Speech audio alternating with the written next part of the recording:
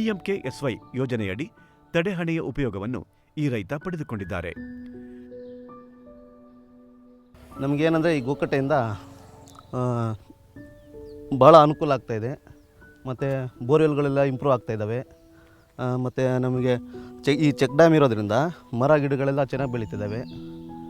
ಮತ್ತು ದನ ಕರುಗಳೆಲ್ಲ ಅನುಕೂಲ ಆಗ್ತಾಯಿದೆ.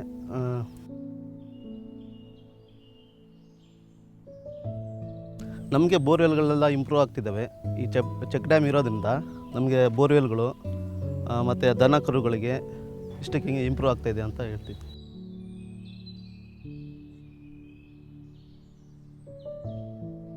ಚೆಕ್ ಡ್ಯಾಮ್ ಇಲ್ಲ ಅಂದರೆ ನೀರಿಲ್ಲಿ ನಿಲ್ಲಲ್ಲ. ನೀರು ನಿಲ್ಲಿಲ್ಲ ಅಂದರೆ ಪರಿಸರ ಸ್ವಲ್ಪ ಕೆಟ್ಟೋಗುತ್ತೆ. ನೀರು ನಿಂತರೆ ಎಲ್ಲ ಮರಗಿಡಗಳೆಲ್ಲ ಚೆನ್ನಾಗಿ ಬೆಳೀತವೆ.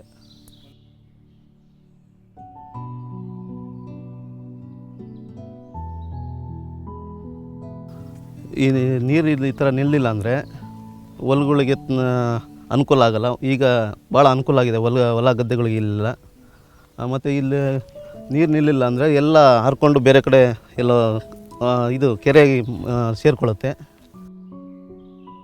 ಮಳೆ ಕೈಕೊಟ್ಟಾಗ ಚೆಕ್ ಡ್ಯಾಂನಲ್ಲಿ ನಿಂತ ನೀರನ್ನು ಇಂಜಿನ್ ಹಚ್ಚಿ 1 ಹಾಗೂ 2ರಷ್ಟು ನೀರನ್ನು ಹೊಲಕ್ಕೆ ಹಾಯಿಸುತ್ತೇವೆ ಎಂದು ಹೇಳುತ್ತಾರೆ.